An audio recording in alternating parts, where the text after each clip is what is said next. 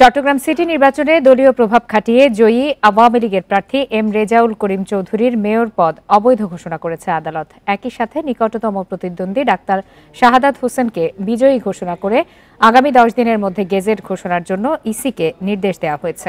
দুপুরে চট্টগ্রাম নির্বাচনী ট্রাইব্যুনাল এবং যুগ্ম জেলা ও দায়রা জজ আদালতে বিচারক মোহাম্মদ খায়রুল আমিন এই রায় ঘোষণা করেন। 2021 সালের 27 জানুয়ারি চট্টগ্রাম সিটি নির্বাচনে মেয়র ঘোষণা করা হয় আওয়ামী লীগের রেজাউল করিম চৌধুরীকে। সে সময় রেজাউল 3 লাখেরও বেশি ভোটের ব্যবধানে ডাক্তার শাহাদাতকে হারিয়েছেন বলে জানানো হয়। সেই নির্বাচনে ব্যাপক কারচুপি ও ফল বাতিল চেয়ে 24 ফেব্রুয়ারি তৎকালীন সিইসি সহ 9 জনের বিরুদ্ধে মামলা করেন ডাক্তার শাহাদাত হোসেন। 3 বছরেরও বেশি সময় দায়িত্ব পালনের পর গত 5 আগস্ট আওয়ামী লীগ সরকারের পতন হলে আত্মগোপনে যান রেজাউল। পরে বিভাগীয় কমিশনার তোফায়েল ইসলামকে প্রশাসক নিয়োগ দেওয়া হয়। এর মধ্যেই চাঞ্চল্যকর মামলাটির রায় ঘোষণা হলো।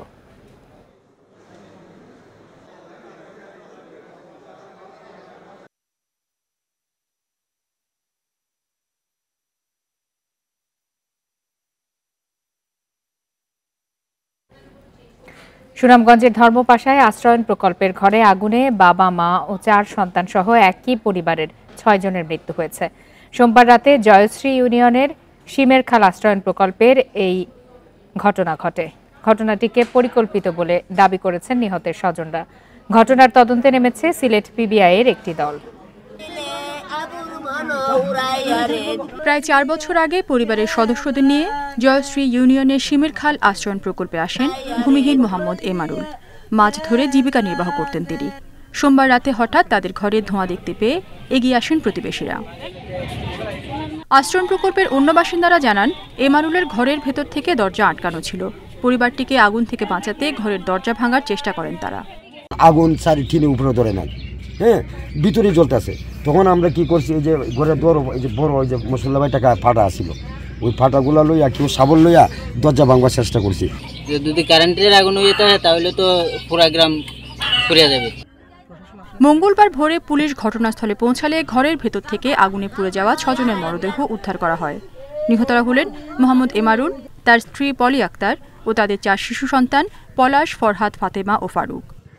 একটা রিমোট এরিয়া, একেবারে রিমোট এরিয়া, ছোট্ট একটা দ্বীপ। খবর পেয়ে আমার পুলিশের সার্কেল এসপি, ওসি এবং ইউনো সাহেব আসছেন, এসে তারা দেখেছেন। আমরা এরপর আমি খবর পেয়ে আমিও এখানে এসেছি। জেলা প্রশাসক জানান, ঘরে থাকা 6 জনই আগুনে নিহত হলেও পাশের রান্নাঘর ক্ষতিগ্রস্ত হয়নি। ঘরের দরজাও ভেতর থেকে বন্ধ ছিল। আগুনের কারণ এবং আর্থিক বা অন্য কোনো কারণে তারা আত্মহত্যা করেছে কিনা সেটি তদন্ত করা হচ্ছে। আগুনটা এইভাবে লাগছে যে ওনার যে রান্নাঘর আছে, আমাদের আশ্রয়ণ প্রকল্পে অ্যাটাচ একটা রান্নাঘর আছে, রান্নাঘরের বাসন কোসন পর্যন্ত কোনো ধরনের ক্ষতিগ্রস্ত হয় না। যদি ওনারা আমাদের কাছে কোনো ধরনের সাহায্য সহযোগিতা চাইতো, যদি অর্থনৈতিক বা আইনগত কোনো কারণে এই ঘটনাটা ঘটে থাকে, তাহলে পরে আমরা হয়তো ব্যবস্থা নিতে পারতাম। হাওর বিস্তৃত আশ্রয়ণটিতে 34টি ঘর ছিল। আগুনের হতাহতের ঘটনা তদন্ত করছে Sylhet PBI. Independent news. Abu Sayed হত্যায় জড়িত থাকার অভিযোগ উঠেছে রংপুরের বেগম রোকেয়া বিশ্ববিদ্যালয়ের এক শিক্ষক সহ 2 জনের বিরুদ্ধে। এ ঘটনায় মামলা হয়েছে, গঠন করা হয়েছে তদন্ত কমিটি।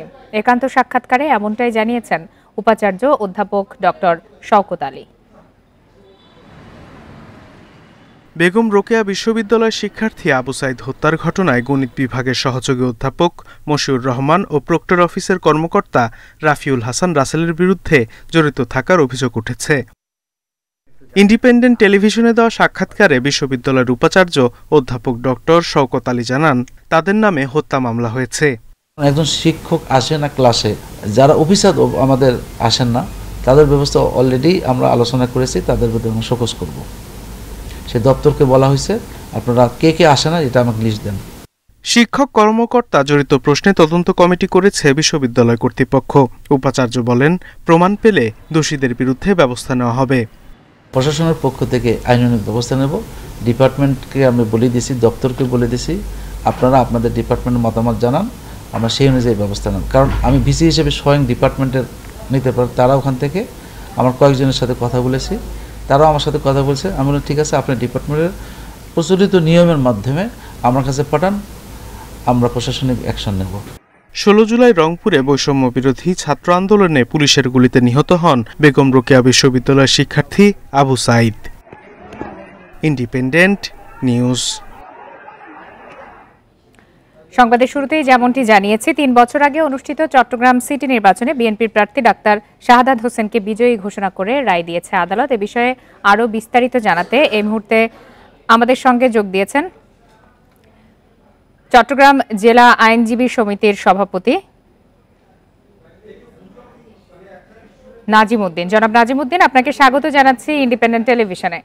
আপনার কাছে শুরুতেই জানতে চাই যে এটি একটি চাঞ্চল্যকর মামলা ছিল এবং রায় ঘোষণা করা হয়েছে এবং জনাব শাহাদতকে আগামী 10 দিনের মধ্যে এ বিষয়ে প্রজ্ঞাপনও জারি করতে বলা হয়েছে। আপনি আমাদেরকে এই বিষয়ে একটু বিস্তারিত জানাবেন। জি ধন্যবাদ। আমি আপনারা জানেন বিগত 3.5 বছর আগে এই মামলাটা করা হয়েছিল। চট্টগ্রাম সিটি কর্পোরেশনের নির্বাচনের ফলাফল বা বিজয়ীকে চ্যালেঞ্জ করে প্রার্থী ছিলেন ডাক্তার শাহাদাত হোসেন। তিনি একটি নির্বাচন ট্রাইব্যুনালে মামলাটা করেছিলেন। 3.5 বছর বিভিন্ন কারণে কালক্ষেপণ হয়েছে, মামলাটা চূড়ান্ত পর্যায়ে যাওয়াটা বাধাগ্রস্ত হয়েছিল।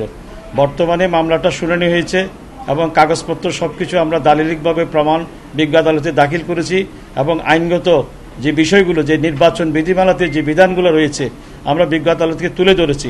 সেই তোলার প্রেক্ষিতে বিজ্ঞ আদালত, যেহেতু এখন বাংলাদেশে কোনো রাজনৈতিক সরকার ক্ষমতায় নেই, বৈষম্য বিরোধী ছাত্র আন্দোলনের ছাত্র জনতার আন্দোলনের ফসল হিসেবে 5ই আগস্টের পরে একটা অন্তর্বর্তীকালীন সরকার বাংলাদেশে চলমান আছে।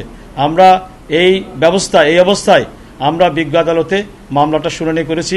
শুনানি করার পরে বিজ্ঞ আদালত কাগজপত্র দেখে আমাদের সাক্ষী প্রমাণ সবকিছু গ্রহণ করে বিজ্ঞ আদালত আজকে একটা ঐতিহাসিক রায় দিয়েছেন। আমার মনে হয় স্বাধীনের পর এই ধরনের একটা বড় নির্বাচনকে চ্যালেঞ্জ করে কেউ মামলা করে ফলাফল পেয়েছে বলে আমার জানা নেই। তবে এইটাই বোধহয় প্রথম যে বিজ্ঞ আদালত থেকে একটা নির্দেশনা দিয়েছিলেন। নির্দেশনাটার মধ্যে 4টা নির্দেশনা ছিল। একটা হচ্ছে যিনি বিজয়ী ঘোষণা করা হয়েছে তাকে অবৈধ ঘোষণা করা হয়েছে এবং তার যে গেজেটটা প্রকাশ করা হয়েছিল সেটাকে বাতিল করার জন্য নির্দেশনা ছিল। ডাক্তার শাহাদাত সাহেব যেহেতু ওই ফলাফলে তাকে নিকটতম দেখানো হয়েছিল, আইনের বিধান অনুযায়ী তাকে বিজয়ী ঘোষণা করে তাকে গেজেট প্রকাশের জন্য নির্বাচন কমিশনকে 10 কার্য দিবসে একটা নির্দেশনা দিয়েছেন আজকে। মোহাম্মদ নাজিমউদ্দিন, একটু জানতে চাই, বলা হয়েছে 10 দিনের মধ্যে প্রজ্ঞাপন জারি করতে হবে। এই প্রজ্ঞাপন জারি করা ছাড়া এই প্রক্রিয়ায় আর কোনো আইনগত বাধা আছে কিনা? না, একটা প্রশ্ন হয়তো অনেকে করছেন আজকে, যেহেতু অন্তর্বর্তীকালীন সরকার ক্ষমতায় আসার পরে বাংলাদেশের যারা বিগত নির্বাচনে যারা মেয়র বা উপজেলা চেয়ারম্যান নির্বাচন তাদেরকে পদ থেকে দায়িত্ব থেকে অপসারণ করা হয়েছিল, কিন্তু ডাক্তার শাহাদাত সাহেবের এই বিষয়টা কিন্তু ব্যতিক্রম। কারণ এটা কিন্তু যাদেরকে বাতিল করা হয়েছে বর্তমান সরকার মনে করছে যে তাদেরকে শপথে তারা হয়তো নির্বাচিত, তাদের নির্বাচন নিয়ে অনেক বক্তব্য ছিল, অনেকের অভিযোগ ছিল, যার কারণে তাদেরকে দায়িত্ব থেকে অপসারণ করা হয়েছিল। কিন্তু এটা আইনগত প্রক্রিয়ার মাধ্যমে এটা একটা নির্দেশনা এবং যেহেতু নির্বাহী বিভাগের আদেশ এবং বিচার বিভাগের আদেশ দুইটা যদি এক জায়গায় এসে বিচার বিভাগের আদেশটা প্রাধান্য পাবে।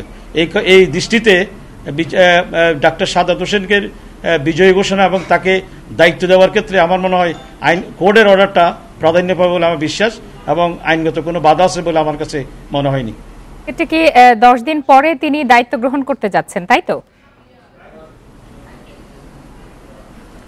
না, 10 দিন মানে এটা তো কোর্টের আদেশ হচ্ছে যে নির্বাচন কমিশনকে একটা আদেশ দিয়েছেন। নির্বাচন কমিশন সে আদেশ বলে এটা গ্যাজেট প্রকাশ করার পরে তারপর এটা আমাদেরকে, এটা ম্যান্ডেটরি না, এটা কোর্টের অর্ডার। কারণ এটা একটা পৌঁছার একটা বিষয় আছে, হয়তো কোনো কারণে এটা ওখানে অফিসে পৌঁছার একটা বিলম্ব হতে পারে। তবে এটা নির্দেশনা ছিল 10 কার্য দিবসে করলে এটা অবৈধ হবে না, এটা 10 কার্য দিবসের মধ্যে করতে বলছে। এরপরে করলে যেটা অবৈধ হবে এটা না, করতে পারবে। তবে এই 10 কার্য দিবসটা দেওয়ার কারণটা হচ্ছে অনেক সময় হয় কি নির্বাচনের আদেশগুলো যথাযথভাবে পালন করা হয় নাই। এই জন্য কোর্ট মনে করছে যে এই প্রেক্ষাপট পরিস্থিতিতে যদি আমরা এটা নির্ধারণ করে না দিই তাহলে কর্তৃপক্ষ এটা যথাযথ ব্যবস্থা গ্রহণ করবে না। তার কারণে এই নির্দেশনাটা এইভাবে ছিল। আশা করি আইনি প্রক্রিয়ায় কি আর কোনো ধরনের ধাপ বাকি আছে কিনা একটু বিস্তারিত যদি বলতেন। না, আইনগত ধাপ থাকবে তখনই যখন এটার প্রতিপক্ষ যদি এখানে কন্টেস্ট করতো, তারা যদি আদালতে উপস্থিত থাকতো হয়তো তারা উচ্চ আদালতে এটা আপিলে যেত, আপিল করতো ট্রাইব্যুনালের এগেনস্টে। তো যেহেতু এখানে তারা কন্টেস্ট করে নাই, কেউ নাই, অনুপস্থিত ছিল, তাদের বিরুদ্ধে সমস্ত প্রসেসগুলো এক্সজস্ট করা হয়েছে, তাদের তামিল করা হয়েছে। অতএব তাদের না থাকলেও এই মামলায় এটা কোনো অসম্পূর্ণতা থাকবে না, কারণ যেহেতু প্রতিপক্ষ নাই, সেই কারণেই আমার মনে হয় সেখানে এটা আপিল হবার কোনো সম্ভাবনা নেই। এখানে আইনগত কোনো আর বাধা থাকার কথা না। নাজিমুদ্দিন, আরেকটু জানতে চাই যে সরকারের পক্ষ থেকে, বর্তমান সরকারের পক্ষ থেকে তো মেয়রদের সব পদই বাতিল করা হয়েছে, সেক্ষেত্রে এই সিদ্ধান্তে ডাক্তার শাহাদাত হোসেনের এই বিজয়ের ঘোষণার কোনো ধরনের সমস্যায় পড়বে কিনা বা কোনো ধরনের আইনি প্রক্রিয়ায় আবার যেতে হবে কিনা? না, আমি শুরুতেই বলছিলাম যে বর্তমান সরকারের প্রশাসনিক আদেশে বিগত পৌরসভার বা সিটি কর্পোরেশনের উপজেলা চেয়ারম্যান যারাই নির্বাচিত হয়েছিলেন তাদের অপসারণ করা হয়েছে। কিন্তু ডাক্তার শাহাদাত সাহেবের এই মামলাটা, এই যে ওনাকে মানে যাকে চট্টগ্রাম সিটি কর্পোরেশনে ইতিপূর্বে মেয়র ঘোষণা করা হয়েছিল, তাকে যে চ্যালেঞ্জ করে মামলাটা কিন্তু 3.5 বছর আগের। উনি কিন্তু আইনি লড়াই করে আজকের রায়টা পেয়েছেন। এটা নির্বাহী আদেশের সাথে, এই কোর্টের অর্ডারের সাথে কোনো সম্পর্ক নেই। আপনি একটা জিনিস মনে রাখবেন, আমি শুরুতেই বলেছিলাম নির্বাহী আদেশ এবং জুডিশিয়াল অর্ডার যখন দুইটা একসাথে হবে তখন জুডিশিয়াল অর্ডারটাকে ওটা প্রাধান্য দেওয়া হবে, কারণ যেহেতু এই দুই সিদ্ধান্তের মধ্যে কোনো সংঘর্ষ থাকবে না। জি, জনাব মোহাম্মদ নাজিমুদ্দিন, আপনাকে অনেক ধন্যবাদ বিস্তারিতভাবে বিষয়টি তুলে ধরার জন্য। আপনারা আছেন সমগ্র বাংলাদেশে। সম্পূর্ণ অটোমেটেড মেশিনে তৈরি সাপোর্ট ফাইবার গ্লাস শীট, ব্যবসা এবার হবেই হিট। সুনামগঞ্জের ধর্মপাশায় আশ্রয়ণ প্রকল্পের ঘরে আগুনে বাবা, মা ও 4 সন্তান সহ একই পরিবারের 6 জনের মৃত্যুর ঘটনাকে পরিকল্পিত দাবি করেছেন নিহতের স্বজনরা, যেমনটি কিছুক্ষণ আগেও আমরা খবরে দেখাচ্ছিলাম। এ বিষয়ে আরো বিস্তারিত জানাতে এই মুহূর্তে ধর্মপাশা থেকে যোগ দিয়েছেন সহকর্মী লাবলু পাল চৌধুরী। সরাসরি চলে যাচ্ছে তার কাছে। লাবলু পাল, এই ঘটনাকে স্বজনরা তো পরিকল্পিত বলছেন, কেন তারা পরিকল্পিত বলছেন এ বিষয়ে কোনো ধরনের তথ্য পেয়েছেন কিনা?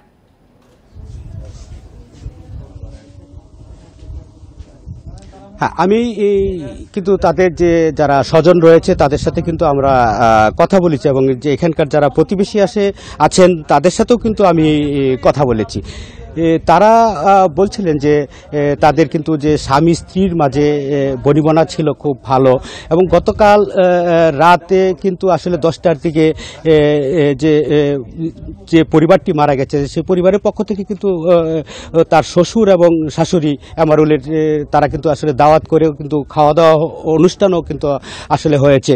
এরপরই যে ঘটনাটি ঘটেছে যে সেখানে কিন্তু আসলে যে আগুন লাগানোর পর ভেতরে ঠিকই দরজা লাগানো ছিল, যে কারণে অনেকেই সেটাকে আত্মহত্যা বলছেন। আবার কিন্তু তারা স্বজনরা বলছিলেন যে আসলে যে লাশগুলো যে আমরাও দেখেছি কিন্তু আসলে একের পর এক কিন্তু গাদাগাদি করে কিন্তু সেখানে 6টি লাশ কিন্তু আসলে ছিল। হয়তো তারা চেষ্টা করত যদি আগুনে এমনিতে নর্মালি যে আমরা অভিজ্ঞতা এবং অন্যরাও বলছিলেন, পুলিশ প্রশাসনের লোকজনও বলছিলেন যে আসলে তারা কিন্তু আসলে আগুন লাগিয়ে যখন দগ্ধ হয় তখন মানুষ কিন্তু ছুটাছুটি করে, কিন্তু লাশগুলো কিন্তু একটার উপর আরেকটা পড়েছিল। এরকম কিন্তু 6টি লাশই কিন্তু আসলে এক জায়গায় স্থূপীকৃত। এখনও কিন্তু সেই ঘরেই কিন্তু এখনও লাশগুলো পড়ে আছে। আমরা জানতে পেরেছি যে সিআইডি এবং পিবিআই এর দল কিন্তু সিলেট থেকে রওনা দিয়ে সুনামগঞ্জের কাছাকাছি পর্যন্ত এসেছে। এখানে আসতে আরও হয়তো 3 থেকে 4 ঘন্টা সময় লাগবে। তারপর তারা এখানে আসার পরে কিন্তু লাশগুলো উদ্ধার করা হবে। আমরা যখন পুলিশ প্রশাসনের সাথে কথা বলি তারাও কিন্তু বলছিলেন যে আসলে এটি একটি এই যে রহস্যজনক যে এই মৃত্যুর ঘটনা ঘটেছে সেটি কিন্তু আসলে তারা সব দিক মাথায় রেখে, এটি কি হত্যাকাণ্ড, পরিকল্পিত কোনো হত্যাকাণ্ড নাকি তার আত্মহত্যা, এসব বিষয় কিন্তু তারা সব দিক মাথায় রেখে কিন্তু তারা আসলে তদন্ত করছে।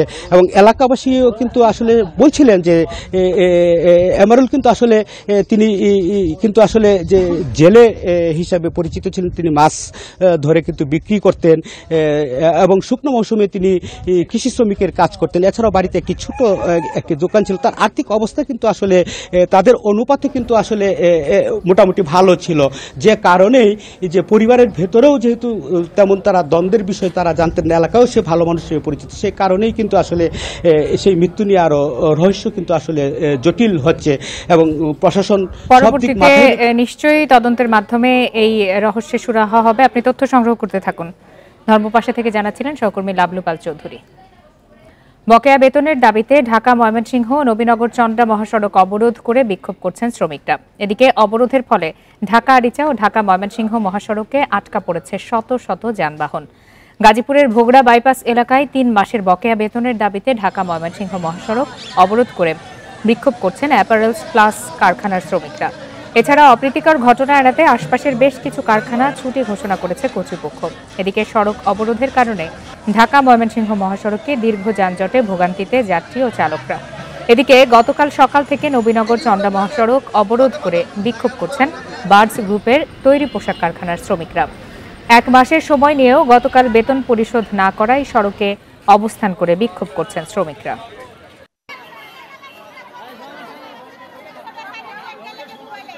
না ওটা ভুল বোঝানো হয়েছে।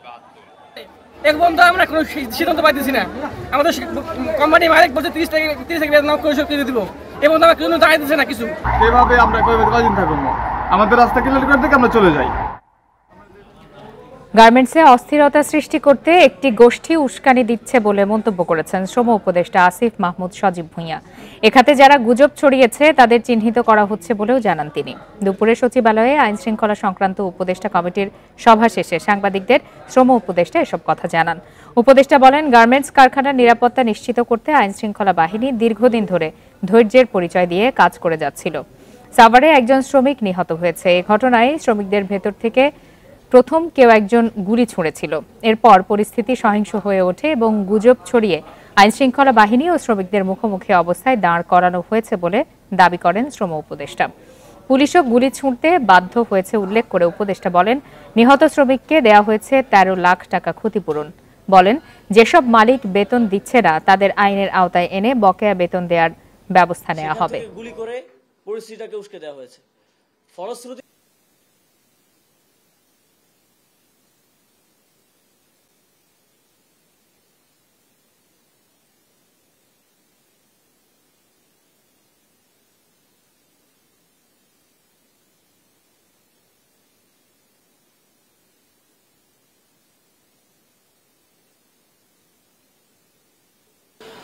গতকালকের ঘটনাটা যেখানে সূত্রপাত হয়, মূলত একটা গুজবের ভিত্তিতে সেটা সূত্রপাত হয়েছিল।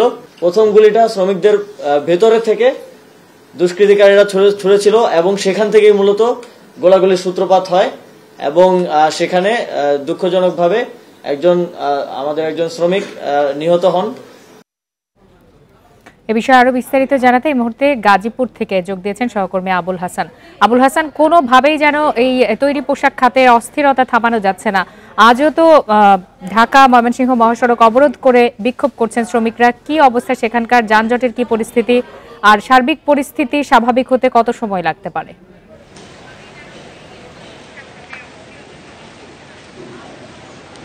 দেখুন, 7 ঘন্টা হয়ে গেছে ঢাকা ময়মনসিংহ মহাসড়ক কিন্তু যান চলাচল বন্ধ রয়েছে। এতে যোগাযোগ ব্যবস্থা স্থবির এবং এখানে যারা সাধারণ মানুষ তাদের দুর্ভোগ কিন্তু চরমে রয়েছে।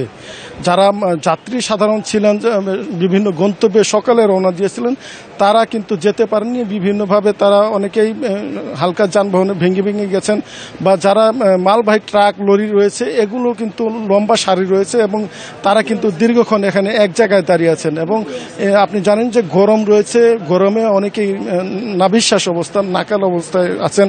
বিশেষ করে যারা নারী এবং শিশু তারা কিন্তু অনেকে পায়ে হেঁটে আমরা দেখেছি দীর্ঘ পথ পাড়ি দিতে। এবং এখানে মূল যে সমস্যাটি হয়েছে, এখানে অ্যাপারেল প্লাস নামে একটি কারখানার 1700 শ্রমিক আছে।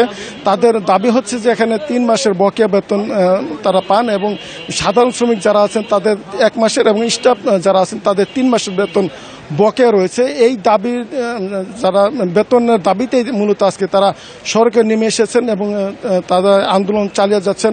এবং শ্রমিকদের সঙ্গে আমি কথা বলছিলাম, তারা যেটি বলছেন যে 3 মাসের বকেয়া বেতন থাকায় তাদের মানবতর জীবনযাপন করতে তারা বাধ্য হচ্ছেন। ফলে তাদের দাবি যৌক্তিক। আবুল হাসান, একটু জানতে চাই, 7 ঘন্টার মতো হয়ে গেছে ঢাকা ময়মনসিংহের মতো মহাসড়ক অবরুদ্ধ অবস্থায় রয়েছে। সেক্ষেত্রে স্থানীয় প্রশাসন বা আইন শৃঙ্খলা বাহিনীর কারো পক্ষ থেকে কি শ্রমিকদেরকে সরিয়ে নিতে কোনো ধরনের উদ্যোগ নেওয়া হয়েছে?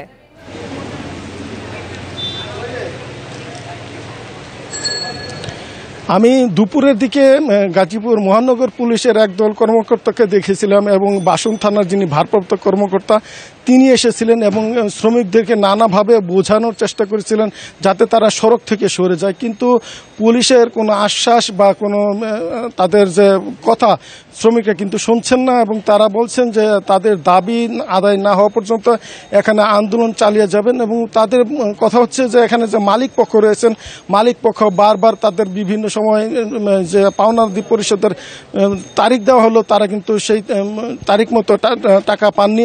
এবং আপনি জানেন যে যে কারখানাটি আন্দোলন হচ্ছে এই কারখানাটি শ্রম আইন অনুযায়ী মালিক পক্ষ বন্ধ ঘোষণা করেছে। ফলে শ্রমিকরা কিন্তু বলছেন যে তাদের যে দাবি দেওয়া বেতন আদি এগুলো নিয়ে তারা অনিশ্চয়তার মধ্যে পড়েছেন। যদি মালিক পক্ষের কেউ এখানে এসে তাদেরকে আশ্বস্ত করেন বেতন ভাতা দেওয়ার ব্যাপারে, তাহলেই তারা কেবলমাত্র আন্দোলন থেকে সরে যাবেন, অন্যথায় তাদের প্রশাসনের কোনো কথা আসলে এখানে শ্রমিকরা শুনছেন না এবং উত্তেজিত শ্রমিকরা কিন্তু এখনও মহাসড়ক অবরোধ করে রেখেছে।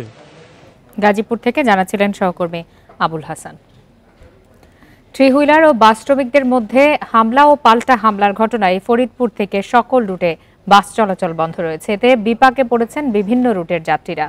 মহাসড়কে অবৈধভাবে থ্রি হুইলার চলাচল করার ঘটনাকে কেন্দ্র করে সোমবার সন্ধ্যায় ফরিদপুরের নগরকান্দায় মিনি বাসের 3 শ্রমিককে মারধর করে থ্রি হুইলারের শ্রমিকরা। এ ঘটনার পর বাস শ্রমিকরা ফরিদপুর বাস স্ট্যান্ডে বিক্ষোভ করে বাস চলাচল বন্ধ রাখে। রাতে উভয় পক্ষের মধ্যে কোনো ধরনের সমঝোতা না হওয়ায় মঙ্গলবার সকাল থেকেও অভ্যন্তরীণ কোনো রুটেই বাস চলাচল করেনি।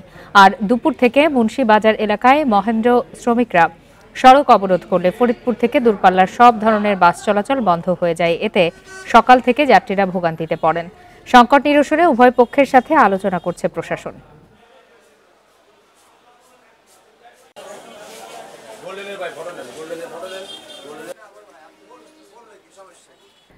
সরকারি নির্দেশনা অনুযায়ী আজ থেকে সারা দেশের সুপার শপে পলিথিন ব্যবহার নিষিদ্ধ রয়েছে।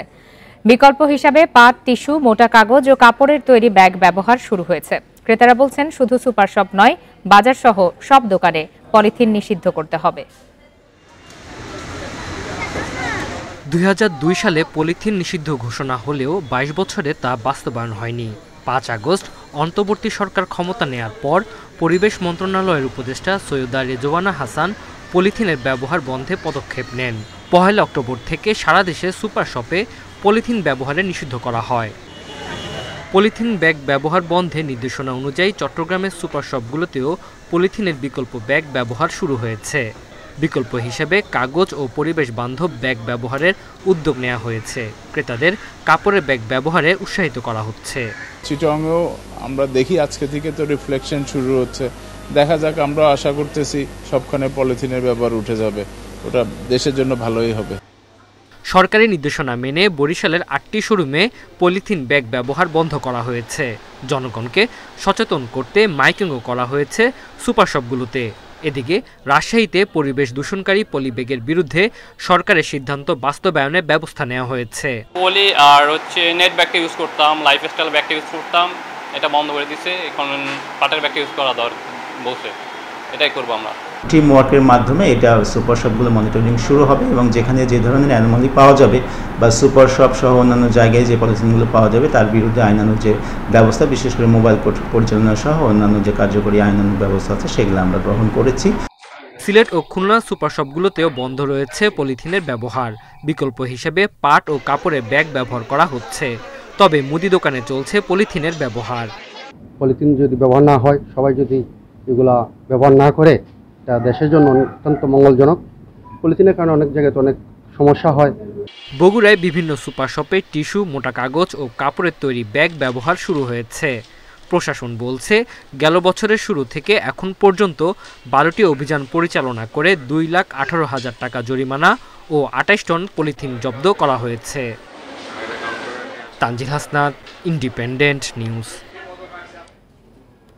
এ বিষয়ে আরো বিস্তারিত জানাতে এই মুহূর্তে সিলেট থেকে যোগ দিয়েছেন সহকর্মী রানা মজুমদার। রানা মজুমদার, আজ থেকে তো সুপার শপগুলোতে প্রথম দিন ছিল যে পলিথিন ব্যবহার করা যাবে না, সেক্ষেত্রে সবগুলো সুপার শপ ঘুরে কি চিত্র দেখেছেন এবং যারা ভোক্তা আছেন তারা কি বলছেন?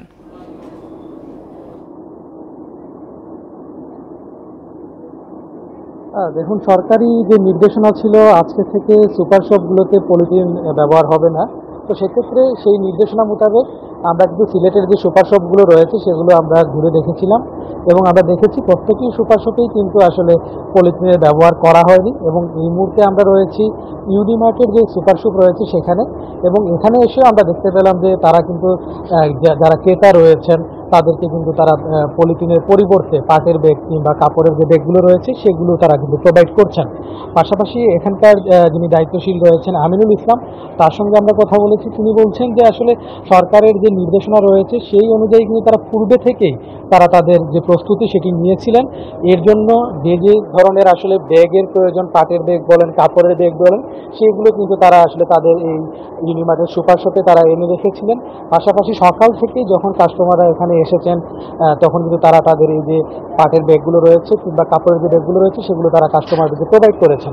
এবং তারা জানিয়েছেন যে এখন এই মুহূর্তে তাদের কাছে যেই ব্যাগটি রয়েছে সেই এক ধরনের ব্যাগের দাম মূল্য রাখা হয়েছে এখন 29 টাকা করে। পাশাপাশি কাপড়ের কিছু ব্যাগ রয়েছে, পাশাপাশি পাটের কিছু ব্যাগ রয়েছে, এবং তারা বলছেন যে পরবর্তীতে এই যে ব্যাগের যে ভেরিয়েশন সেটিতে কিন্তু আরও কিছু ভেরিয়েশন নিয়ে আসা হবে। পাশাপাশি আমরা কথা বলেছিলাম যারা ক্রেতা সাধারণ রয়েছেন, তারা বলছেন যে আসলে দীর্ঘদিন পর এই যে আসলে পলিথিনের পরিবর্তে কাপড়ের ব্যাগ কিংবা পাটের ব্যাগের যে ব্যবহার, সেক্ষেত্রে তারা জানতে চাই তরল বা যেগুলো ভেজা জাতীয় পণ্য যেরকম মাছ মাংস এই ধরনের পণ্য আসলে কি ধরনের ব্যাগে নেওয়া হচ্ছে?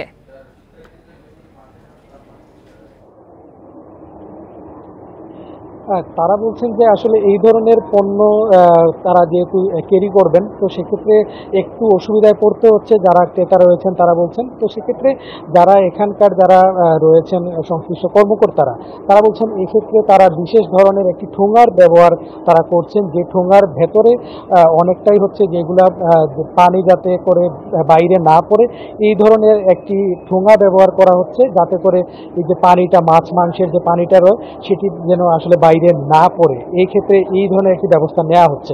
পাশাপাশি যারা ক্রেতা রয়েছেন তাদের সঙ্গে আমরা কথা বলেছিলাম, তারা বলছেন যে এই পুরো ব্যাপারটি নিয়ে একটু সময় লাগছে তাদের ইউজ টু হতে, তবে যত দিন যাবে তত কিন্তু তারা ইউজ টু হতে পারবেন। পাশাপাশি এই পদক্ষেপটিকে তারা সাধুবাদ জানিয়েছেন।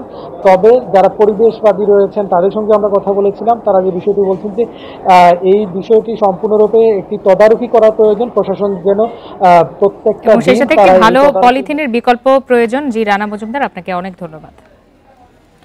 সারা দেশে এক দফা দাবিতে 3 ঘন্টা কর্মবিরতি পালন করেছেন নার্সরা। দেশের সব হাসপাতালের নার্সরা সকাল 9টা থেকে দুপুর 12টা পর্যন্ত এই কর্মসূচি পালন করেন।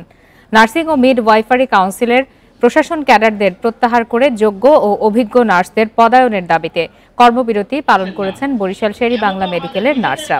একই দাবিতে রাজশাহী মেডিকেলে কর্মবিরতির কারণে ভোগান্তিতে পড়েন হাসপাতালের রোগীরা। দাবি না মানা হলে কঠোর আন্দোলনের হুঁশিয়ারি দেন তারা।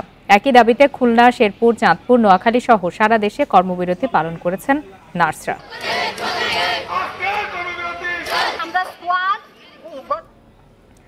শেরপুর জেলা কারাগার থেকে পলাতক আরও 2 আসামি জুয়েল ও সোহাগকে গ্রেপ্তার করেছে র্যাব।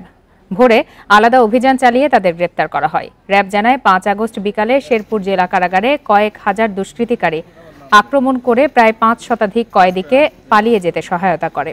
এ সময় জুয়েল ও সোহাগ পালিয়ে যায়। ভোরে শেরপুর সদরের চৈতনখিলা এলাকায় অভিযান চালিয়ে জুয়েলকে ও পাশের গনই মমিনাকান্দা এলাকা থেকে সোহাগকে গ্রেপ্তার করা হয়। পরে তাদের শেরপুর সদর থানা পুলিশের কাছে হস্তান্তর করা হয়।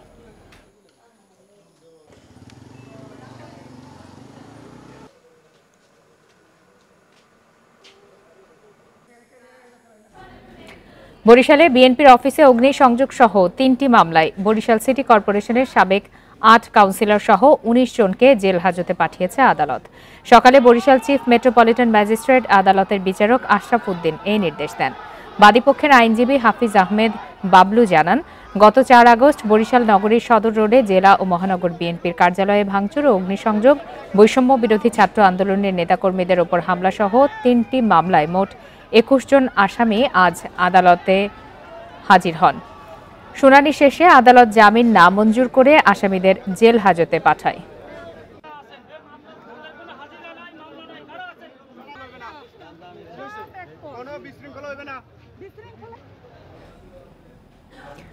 নদীর পানি কমায় দেশের উত্তরাঞ্চলের বন্যা অনেকটাই প্রশমিত হয়েছে। তিস্তা নদী কাউনিয়া পয়েন্টে বিপদসীমার 33 সেন্টিমিটার ও ডালিয়া পয়েন্টে 53 সেন্টিমিটার নিচ দিয়ে প্রবাহিত হচ্ছে।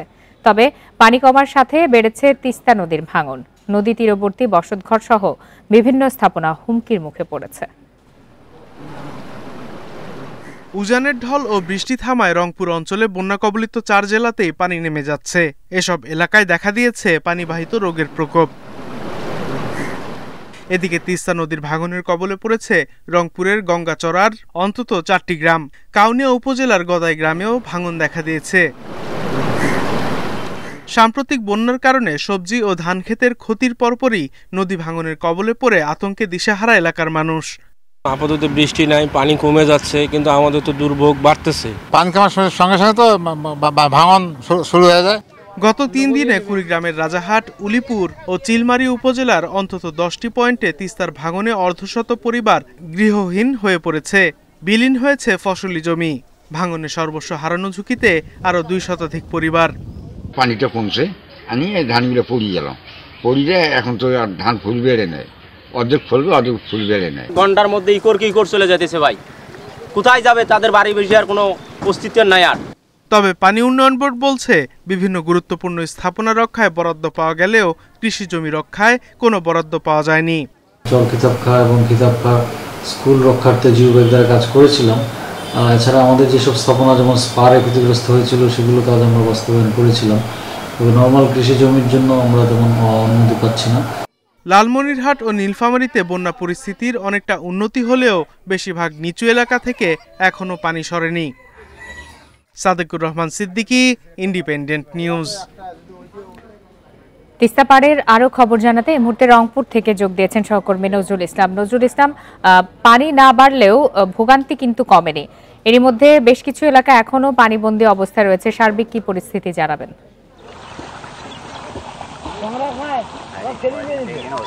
দেখুন, রংপুরে কিন্তু তিস্তায় যে ভয়াবহ ভাঙন, এর আগে আমি যদি একটু বলে রাখি যে অতিবৃষ্টির ফলে কিন্তু আমরা দেখেছি যে রংপুরের কিন্তু কয়েকটি এলাকায় এখনও কিন্তু পানিবন্দী হয়ে পড়ে আছে এবং জলাবদ্ধতায় সেটি আমরা যেটি তথ্য অনুযায়ী 10,000 উপরে কিন্তু মানুষ পানিবন্দী রয়েছে। আপনি নিশ্চয়ই দেখছেন যে আমি যে স্থানে দাঁড়িয়ে আছি এটি কিন্তু শঙ্করদহ একটি গ্রাম। এই গ্রামে কিন্তু আমি সকালে যখন এসেছিলাম তখন দেখেছি কিন্তু এই ভাঙনটি এখন থেকে 500 মিটার দূরে ছিল, সেটি কিন্তু আস্তে আস্তে চলে আসছে একদম রাস্তায়। এখানে কয়েকটি বাড়ি ছিল, এই বাড়িগুলো কিন্তু ইতিমধ্যে কিন্তু তা উঠে নিয়ে গেছে এবং সেটি রাস্তার উপরে এখন সে বসবাস করছে, তারা আশ্রয় নিয়েছে। এখানকার যারা লোক রয়েছেন তারা বলছেন যে এই তিস্তা মহাপরিকল্পনা বাস্তবায়ন না হওয়া পর্যন্ত এই তিস্তার যে ভয়াবহ ভাঙন এবং এই ভয়াবহ যে দুর্ভোগ এটি কিন্তু তাদের সব সময় থেকে থাকে।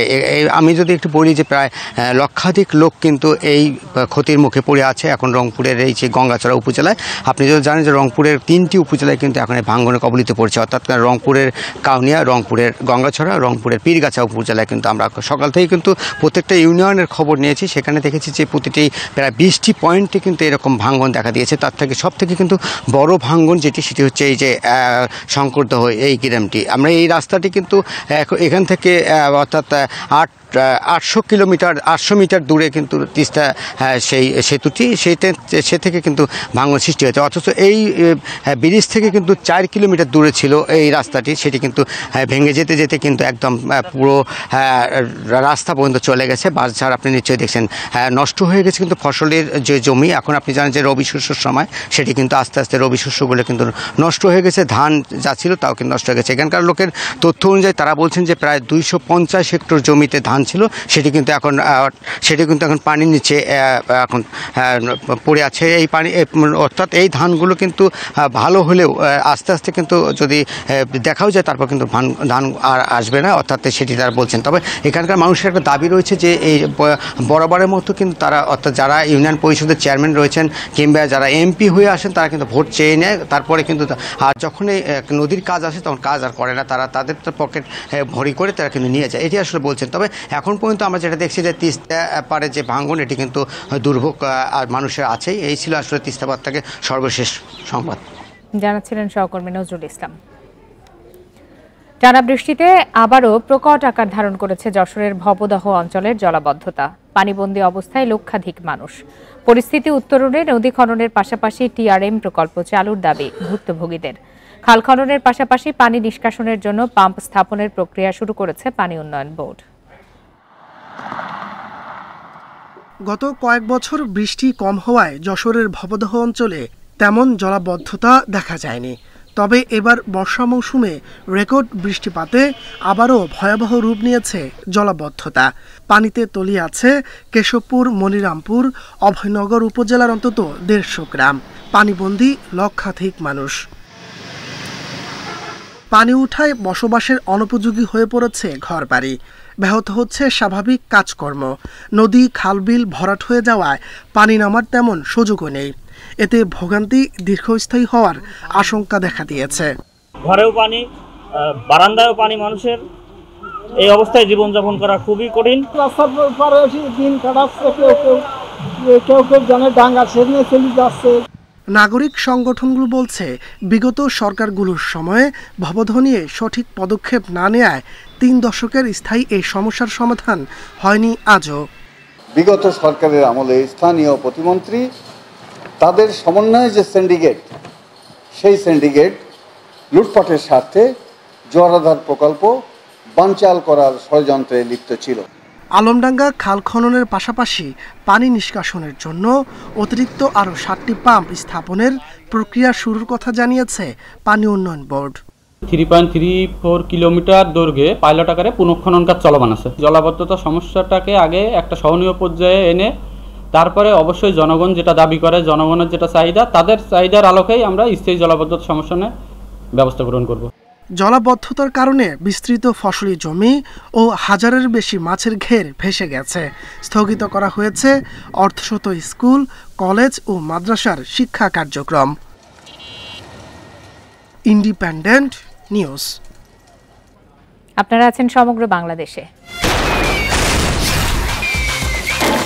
স্টিকি অ্যাডিসিভ, জোড়া লাগায় সবকিছু।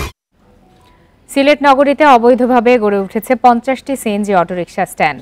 এসব স্ট্যান্ডের কারণে নগরীতে তৈরি হচ্ছে যানজট। এতে ভোগান্তি পোহাতে হচ্ছে নগরবাসীকে। 12 সেপ্টেম্বর সিএনজি অটোরিকশা পার্কিং নিয়ে কথা কাটাকাটির জেরে সিলেট সিটি সুপারমার্কেটের ব্যবসায়ীদের সঙ্গে সংঘর্ষ হয় অটোরিকশা চালকদের। আহত হন অন্তত 20 জন। ভাঙচুর করা হয় 10টি গাড়ি। বন্দরবাজার, চৌহাট্টা, আম্বরখানা সহ নগরীর অন্তত 50টি জায়গায় অবৈধ অটোরিকশার স্ট্যান্ড গড়ে উঠেছে। স্থানীয়দের অভিযোগ, নিবন্ধনহীন অটোরিকশা চলাচল ও যেখানে সেখানে পার্কিংয়ের কারণে তৈরি হচ্ছে যানজট, ঘটছে দুর্ঘটনা। পার্কিং নাই আপনার, যা তারা যে গাড়ি খারাপ করতো একদিকে, একটা সাইড নাই। প্রতি 2 কিলোমিটার দূর দূর নিয়মিত গাড়ি স্টপেজ দিত। সিএনজির দরকার হইলো ওখানে যাইয়া সে সিএনজি ভাড়া করবে বা রিজার্ভ নিলেও রিজার্ভ নিয়ে যাবে। নির্ধারিত থাকুক, এটা আমিও চাই। জেলায় বৈধ সিএনজি অটোরিকশার সংখ্যা 19,000 আর নিবন্ধনহীন অটোরিকশা আছে 30,000-এর মতো। অরিজিনাল যে চালকগুলো আছে আপনার, তারা কিন্তু খুব বিভ্রান্তি মাঝে পড়ে। আপনার তার লাইসেন্স আছে, তার কাগজপত্র ঠিক আছে, আপ টু ডেট সব কিছু ঠিক আছে, কিন্তু অরিজিনাল যে ড্রাইভারগুলো এগুলো মামলা খায়। আমরা খুব ভুক্তভোগী হয়েছি। ইদানিং একটু ঝামেলা হয়েছে বন্দরবাজার এই বিভিন্ন পার্কিংয়ের কারণে। অবৈধ স্ট্যান্ড উচ্ছেদ ও নিবন্ধনহীন অটোরিকশার বিষয়ে আইনি ব্যবস্থা নেওয়ার কথা জানিয়েছে প্রশাসন। এন্ট্রি পয়েন্টগুলোতে এগুলো কঠোরভাবে নিয়ন্ত্রণ করা হবে এবং তাদেরকে কালার কোডেড ভিন্ন করে দেওয়া হচ্ছে।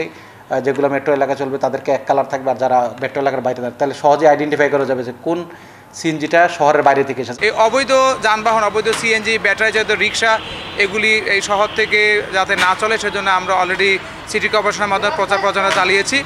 নগরীর পরিবহন খাতে শৃঙ্খলা ফেরাতে সিটি কর্পোরেশন, বিআরটিএ ও ট্রাফিক বিভাগের সমন্বিত উদ্যোগের প্রয়োজন দেখছেন সংশ্লিষ্টরা। Independent news. খুলনায় চলছে সনাতন ধর্মাবলম্বীদের সর্ববৃহৎ ধর্মীয় উৎসব দুর্গাপূজার প্রস্তুতি। মন্দির মণ্ডপে সাজ সাজ রব। শান্তিপূর্ণ পরিবেশে উৎসব সফল করতে কাজ করছে পূজা কমিটি ও স্থানীয় প্রশাসন। শরতের শুভ্র আকাশ দিচ্ছে দেবী দুর্গার আগমনী বার্তা। আগামী 2 অক্টোবর মহালয়ার মধ্য দিয়ে শুরু হবে দেবী পক্ষের। 8 অক্টোবর বোধনের মধ্য দিয়ে শুরু হবে দেবীর আরাধনা, চলবে 12 অক্টোবর পর্যন্ত। পূজা উপলক্ষে প্রস্তুতি চলছে মন্দিরগুলোতে, চলছে প্রতিমা তৈরি, সাজসজ্জা ও পরিষ্কার পরিচ্ছন্নতার কাজ। মাটির কাজ শেষ করে রঙের কাজ শুরু করছি, আর পূজার বেশ কয়েকদিন বাকি আছে। রঙের কাজ প্রায় মাঝামাঝি হয়ে গেছে আমাদের। রঙের কাজ চলতেছে, সবের আড়ম্বরের সমস্ত কাজবাজ চলতেছে, সব কিছু ভালোভাবেই হচ্ছে। পূজা উদযাপন পরিষদের নেতারা বলছেন, পূজায় দেশ ও জাতির মঙ্গল কামনায় প্রার্থনা করা হবে। এবার প্রাকৃতিক দুর্যোগের কারণে পূজায় আড়ম্বর কম হবে বলেও জানান তারা। দেশে ভয়াবহ বন্যাও একটা অবস্থা, ব্যবসা বাণিজ্য মানুষের নাই, এই সব কিছুর একটা অস্থিরতা নিয়ে উৎসবটা হয়তো সেইভাবে হবে না, কিন্তু মায়ের পূজাটা হবে। উৎসবকে ঘিরে আইন শৃঙ্খলা নিয়ন্ত্রণে সচেষ্ট রয়েছে প্রশাসন। প্রতিটি পূজা মণ্ডপ আনা হচ্ছে সিসি ক্যামেরার আওতায়। আমাদের নিরাপত্তা রক্ষার সাথে যারা সম্পৃক্ত তারা সবগুলোই নজরে রেখেছে এবং আমরা সর্বোচ্চ এটার প্রতি অগ্রাধিকার দিচ্ছি যাতে নিরাপত্তা নিশ্চিত রাখা হয়। খুলনা বিভাগে এবছর 4844টি মন্দিরে দুর্গাপূজা অনুষ্ঠিত হবে, যা গত বছরের তুলনায় 321টি কম। Independent News. বরিশাল মহানগর এলাকায় 90 ভাগ পূজা মণ্ডপ গুরুত্বপূর্ণ হিসাবে ঘোষণা করেছে পুলিশ। এসব মণ্ডপ এলাকাতে 3 স্তরের নিরাপত্তা দেয়া হবে। দুপুরে নিজ কার্যালয়ে দুর্গাপূজা উপলক্ষে আইন শৃঙ্খলা সংক্রান্ত সমন্বয় সভায় এসব কথা জানান বরিশাল মহানগর পুলিশের কমিশনার মোহাম্মদ শফিকুল ইসলাম। তিনি জানান, নগরীর 87টি পূজা মণ্ডপের মধ্যে 78টি মণ্ডপকে গুরুত্বপূর্ণ ও অধিক গুরুত্বপূর্ণ ঘোষণা করা হয়েছে। সভায় সুষ্ঠু ও সুন্দরভাবে দুর্গাপূজা সম্পন্ন করতে পূজা উদযাপন কমিটির নেতাদের সাথে আইন শৃঙ্খলা বাহিনীর আলোচনা হয়। উদযাপন কমিটিকে বলে দিয়েছি স্ট্রিক্টলি যে সিসি ক্যামেরার ব্যবস্থা থাকবে এবং ওনারা কথা দিয়েছেন যে হ্যাঁ সিসি ক্যামেরা তারা ব্যবস্থা করবেন এবং আমি আশা করি আমাদের সকল আইন শৃঙ্খলা বাহিনী তৎপর থাকবেন এবং আমরা এই বিষয়টা খুবই ভালোভাবে উতরিয়ে যাব। পাহাড়ে শান্তি, সম্প্রীতি ও সৌহার্দ্যের মধ্য দিয়ে সার্বজনীন শারদীয় দুর্গাপূজা উদযাপনের অনুরোধ জানিয়েছেন খাগড়াছড়ি রিজিয়নের কমান্ডার ব্রিগেডিয়ার জেনারেল শরীফ মোহাম্মদ আমান হাসান। সকালে সেনাবাহিনীর খাগড়াছড়ি রিজিয়নের পক্ষ থেকে বিভিন্ন পূজা উদযাপন কমিটিকে আর্থিক অনুদানকালে এসব কথা বলেন তিনি। এ সময় সনাতন ধর্মাবলম্বীদের প্রধান ধর্মীয় উৎসব শারদীয় দুর্গাপূজা উপলক্ষে 17টি মন্দিরে আর্থিক অনুদান দিয়েছে সেনাবাহিনী। এছাড়া হতদরিদ্রদের আর্থিক সহায়তা দেয়া হয়।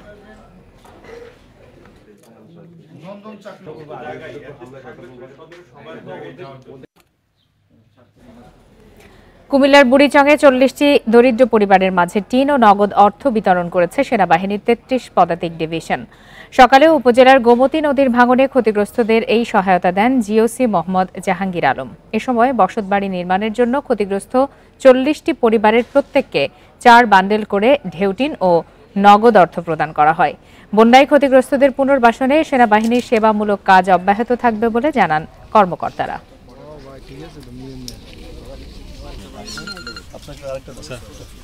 ঠিক আছে, আমরা আপনার যেহেতু একদম ভেঙে গেছে আমি 8000 টাকা করে দিলাম।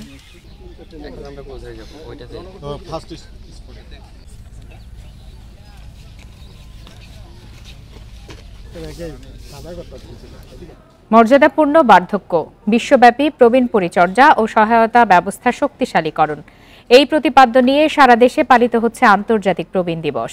সকালে নড়াইল জেলা প্রশাসন ও সমাজসেবা অধিদপ্তরের আয়োজনে র্যালি ও আলোচনা সভা হয়েছে। এতে বিভিন্ন শ্রেণী পেশার মানুষ উপস্থিত ছিলেন। ঠাকুরগাঁওয়ে মমতাময় ও মমতাময়ী সম্মাননা স্মারক প্রদান অনুষ্ঠান আয়োজন করা হয়। এছাড়া জেলা প্রশাসন ও জনসেবা সমাজসেবা অধিদপ্তরের উদ্যোগে লক্ষ্মীপুর, পাবনাতেও র্যালি ও আলোচনা সভার আয়োজন করা হয়।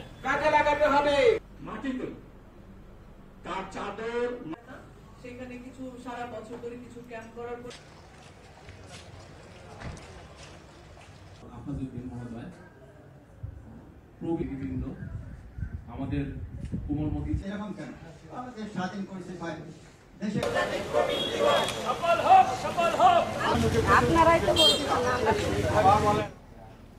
এরই সাথে শেষ করছে আজকের সমগ্র বাংলাদেশ। ইন্ডিপেন্ডেন্ট টেলিভিশনের সব খবরের আরো বিস্তারিত জানতে চোখ রাখুন ফেসবুক, ইউটিউব আর এক্সে। ধন্যবাদ এতক্ষণ সাথে থাকার জন্য।